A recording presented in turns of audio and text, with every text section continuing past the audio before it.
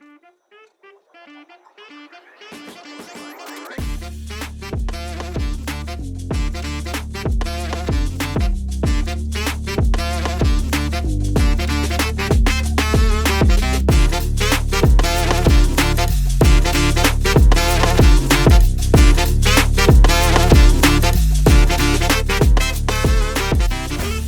Shawn and Renee Show. I am one of your hosts, T. Renee.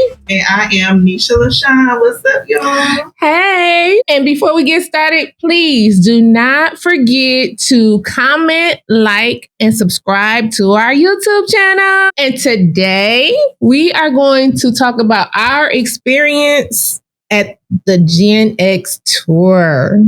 And also, we're going to give you guys our favorite Kendrick Lamar song in the moment. As of today. As of today. Too many to just pick one. I don't know why she put that on me to just pick one for the episode. So unfair, but I'm going to make you do what you do, baby. Right. But we went to see the Gnx Tour. And when I say Kendrick Lamar Duckworth, please come to the front of the congregation. We want to give you a hug. We want to give you your flowers. You are loved. You are appreciated. You are a showman, a craftsman. You gave a phenomenal show. I don't know how you did it with all that breath control. We want to know the workout, please. For real. Because he gives you like effortless, like, but he work out. He got to work out. Yes. No way. Yes. The breath control was phenomenal. You harmonized with the crowd. I was like, am I experiencing this in real time? This man is harmonizing with the crowd as we sing with him. Did he just change a key? He did. He had a little something. I was like, oh my God. Like, the show was good. It was excellent. SZA's part, see, here's my thing with the Gnx Tour. I enjoyed some of SZA's parts of the show. However, I was there for Kenny. I was definitely there for Kenny, but I do know it was very obvious the way the crowd was set up. You could tell the people that was there for Kendrick, and you could tell the girlies that was there for SZA. It meshed so well because everybody had their moment. Everybody did. Everybody had their own moment. I'm not a SZA. I don't want to say I'm not a fan, but yeah, I mean, I'm not a fan.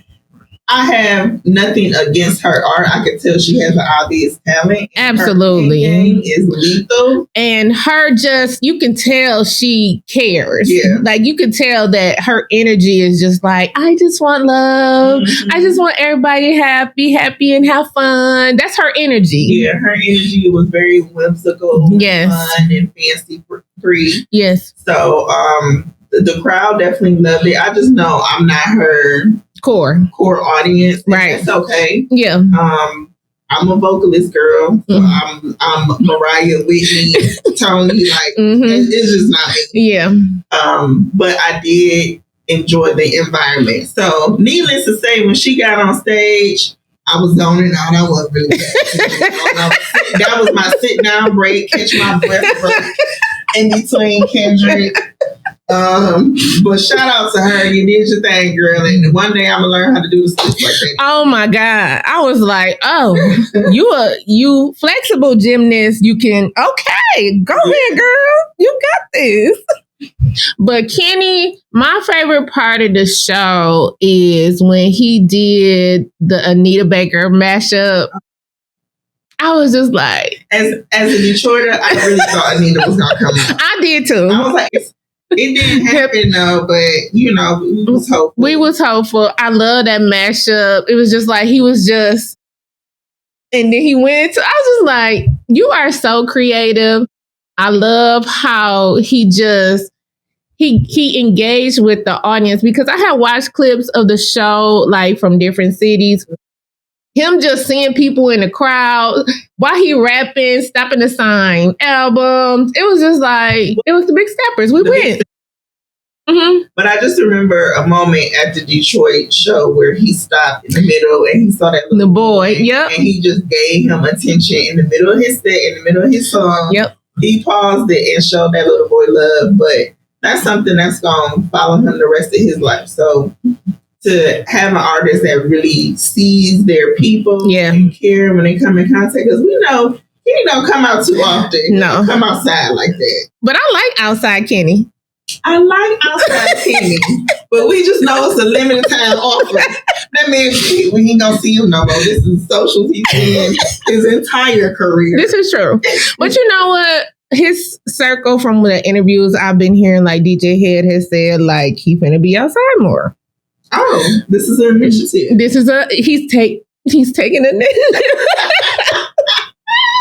He's taking an initiative to be outside more. So I'm all for outside Kenny because, you know, the 5 years between albums, you just be like, I know I got to go back in, but I just want you outside. But you know how listen back to them like, oh, I missed that the first time. Right. Oh, that's what that bar meant. Right.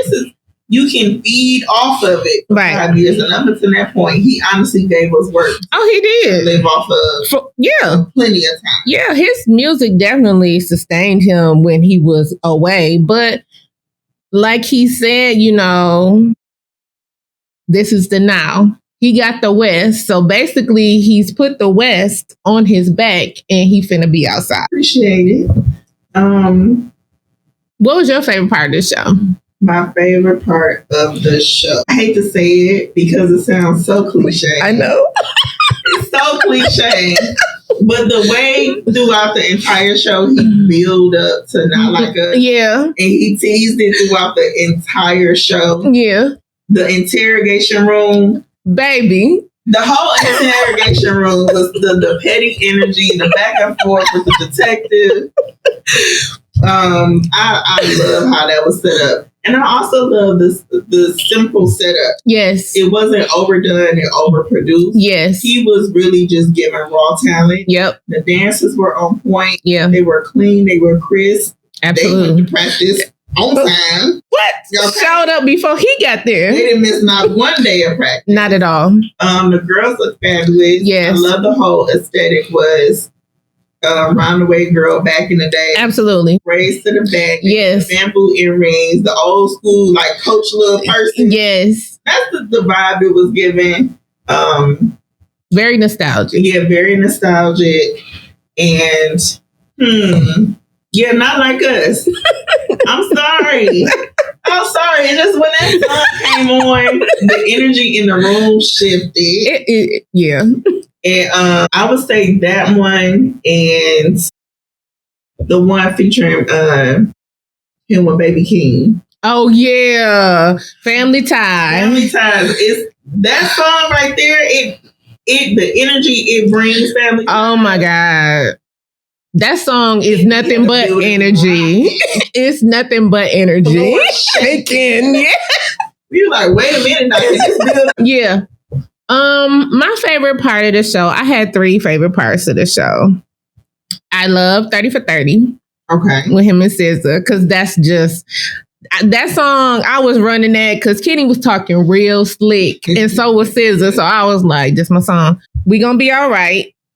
Okay, that's the girl spiritual. Absolutely, and then of course, Not Like Us. Yeah, he threw in like he did King Kunta because I had to get my 2-step on to that.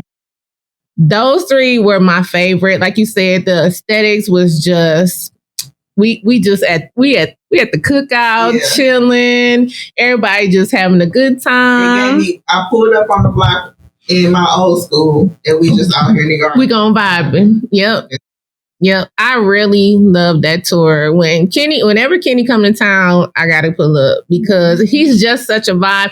And then for the next day, for him to be running down the Riverwalk with the little boy, I was like, you just outside for real. When looking at the crowd, it was multi-generational. It was multicultural. Yes. When we went to the Big Steppers tour, baby, we were surrounded by a bunch of little white boys. We was outnumbered.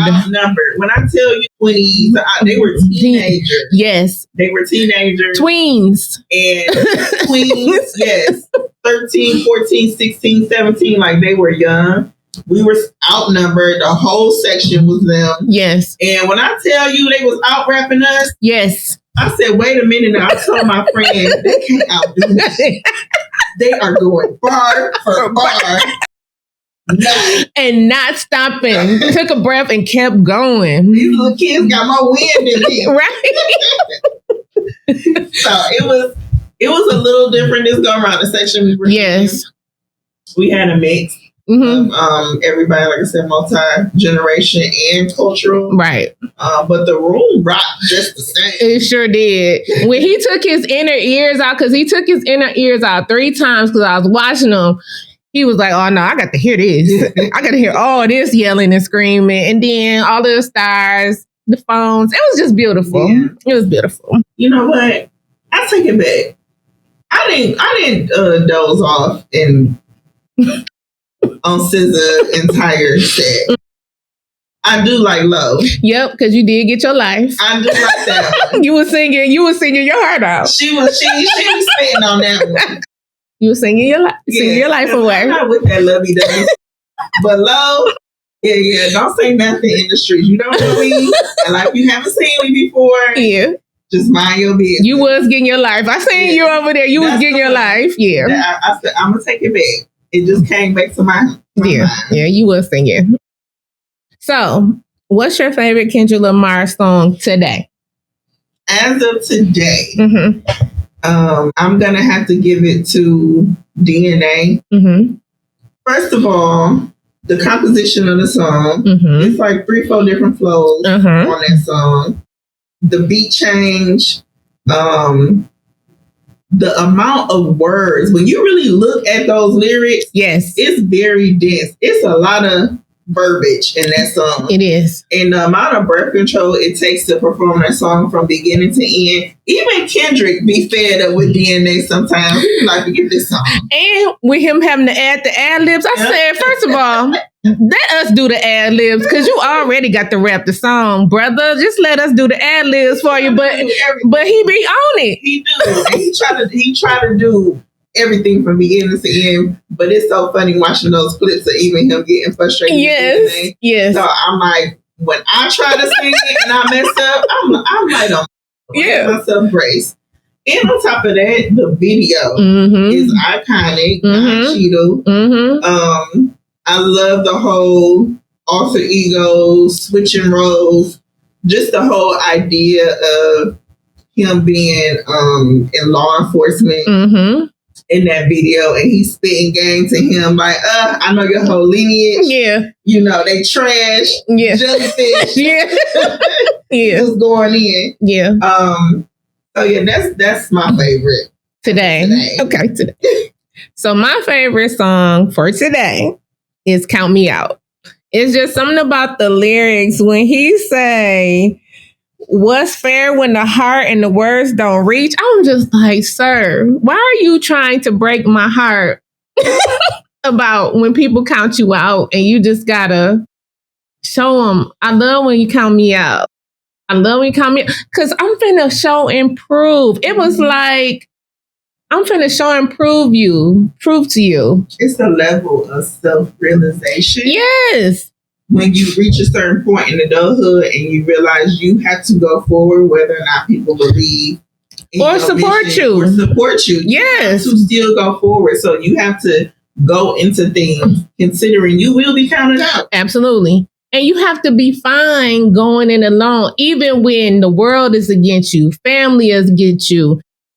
Sure, it might even be people that you work with. They like, they trying to throw salt on your dream. And you're like, you might can do it, but I don't know. And then you just got to show and prove like, no, I can do it.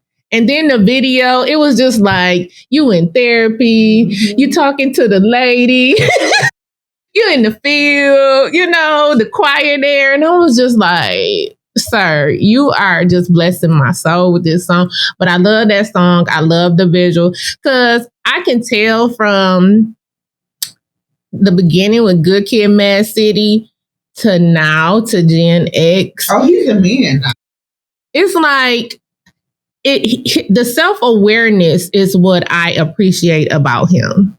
Even the way his music has progressed. Yes. It was boyhood. Yes. You know, the things he talked about in Section 80. Yep. In that city. That was experiences of boyhood. Yes. Boyhood in the inner city. black boyhood in the inner city. In a rough inner city at that, because Compton ain't no cakewalk. It's America in the 80s and 90s. Baby, no limit soldiers. Yes.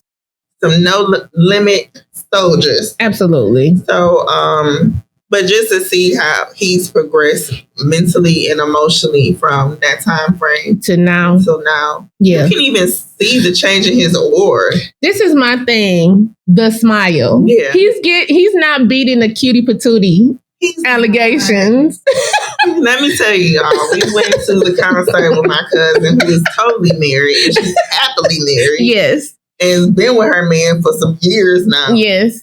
And she was still contemplating on kidnapping Kendrick and putting him in her back pocket the entire time. She like, oh, he's just such a cutie patootie. Look at him. The entire time. Yes. And you know what? Kendrick, you might need one of them. Yeah. I need Whitney to tag you, my brother, because Whitney gonna need to put an Apple tag on you because there's women out here that and they not even plotting assault. No, nothing. They just like, oh, he's so cute. Yes, gotta bring him home. Oh, yes, they want to cook for clean, wake up. You didn't got 4-5 meals in one day. This man don't eat like that. Squish on his cheek. That's like, it. Oh, and then that's it. They just want to love on him, but he gives that aura. You know, you're some men, like you said in the montage with the interrogation scene, because you know I love some petty. I love petty shit.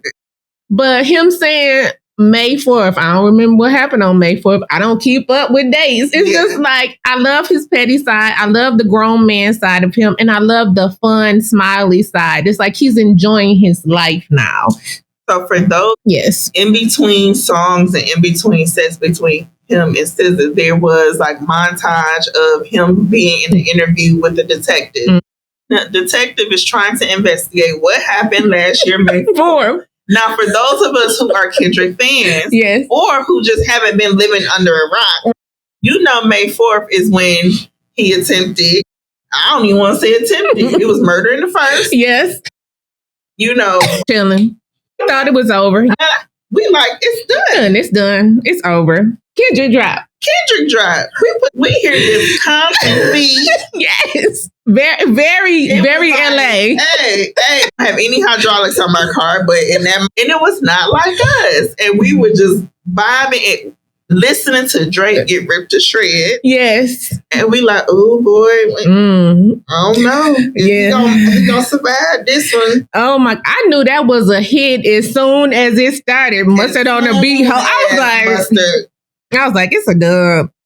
Soon as. It's a dub. Soon as it started playing, I'm like, oh, shoot. Yeah, it was over. So yeah, I just enjoyed the growth of Kendrick because that tour, how he is as a man, you can tell that he's maturing as he gets older. He has more content and more things to reach from. Pen still sharp as a Ginsu knife. And he just getting to it. And I appreciate that about him. It's like you're not stuck in a time warp. You know what the fans want. They said he couldn't make a radio friendly album. Gnx slaps from the beginning to the end. So they said that about Kendrick quite a bit, that he did not know how to chase Billboard numbers and all of that stuff. But that's never been his brand. Ever. Those numbers, he's kind of accumulated that in a very authentic way. Yeah. Until he doesn't go in the studio and say, make this a radio hit. Ever. Boom. You know, it's very obvious that's not a part of his process. No. But it turns out to be that way anyhow. Yep. I do find it very interesting though, whenever they have this conversation, Drake versus Kendrick or Kendrick versus Drake, that talent is always measured by these metrics. Right. I saw a status, one guy, I was on Threads, and he was like, I can't believe people really listen to music with calculators. I said, you know what? You better preach. Pass that man a collection plate. Well, since when? Right. Nobody was digging in the crates thinking about Billboard charts, and especially for the Black community, because the charts mainstream was never on our side ever. Anyway. Ever. They didn't want us in those spaces, no way. They wanted to keep it pop and pop, mostly pop. They wanted pop music. was white. That's really what it was defined as. Yeah. Historically. So just imagine of all of those rock and rollers that was out during the same time as Elvis, if they really focused on what the charts were doing, they wouldn't have the legacy that they have today. I don't know. They what it boils down to, you have to create something that you love. Yes. And it has to have substance. And that's why it's like, I can't believe pretty girls listen to Kendrick Lamar. Well, what that got to do with what you mean? Of course we do. What does that have to do with it? I like substance. I don't mumble rap me to death because I'm going to turn it off. It's just interesting how so many people are okay losing the recipes. Another example, I was listening to an interview from back in the day. It was Janis Joplin. I forgot which show she was on, but they were asking about her musical inspirations and where did she get, all of this talent and these ideas from. And she was like, Tina Turner. Okay. Tina Turner. Okay. She said, y'all may not know about her, but she's very popular. Right. What she was saying in code is, y'all white folks have yet to accept her on this main stage, yet here I am, and this lady basically gave me the keys. Right. And was a huge inspiration to me. Right. So for us as a Black community to invalidate another artist or artists with obvious talent because of charts, you need your Black card revoked. Exactly. Give me your Black card. Yep. You're embarrassing us. So we're going to just shut it down and just say substance is back. Get used to it. If you can't keep up, that's your problem, because pen games are back in full effect. And if you ain't talking about nothing, 9 times out of 10, your music ain't going to do the best, because what Kendrick did from last year to now he did a palate cleanse. Because I've been seeing online, everybody like, what is this? It's a shift. It's a huge shift. So if your pen game ain't on point, if you ain't talking about substance, you finna have a hard couple years. Because right now, what the state of rap is in, hip hop in general, Kendrick set the tone. He cleansed the ears. He got the wax out, because even like people like Young Thug and Lil Baby, they got a demographic, but the music ain't hitting. I don't see myself, and this look, Lil Baby got some bops. Young Thug got some bops. Yeah. When I get to 50, am I going to say, let me put on Lil Baby? No. When I have grandkids, am I going to say, y'all gotta know who Lil Baby? No. I'm going to revert to Kendrick. I'm not going to. It doesn't matter. Yep. It was just a moment. The substance is important, and growing with your audience. You can't just be in this place of arrested development. And here you are, 40, 50 years old, and you're still rapping about the things that you were rapping about at 18. You haven't grown. It doesn't make sense. Jay-Z is a perfect example. Yes. He constantly grew from Big Pimpin' to 444. Those are 2 different Jay-Z's. Sure. Even from Reasonable Doubt to 444. 2 different men. One was selling bricks. The other one is a grown man with a family. Yep. 2 different. Growth is necessary. Yes. Don't be afraid of it. Please. And lean into the growth. I am going to quote my chocolate brothers in Christ. Okay. Gene and Terrence. Yes, the Thornton brothers. Let God sort them out. Hey. All right, you guys, that's our episode for today. We'll see you next time. Bye. Bye-bye.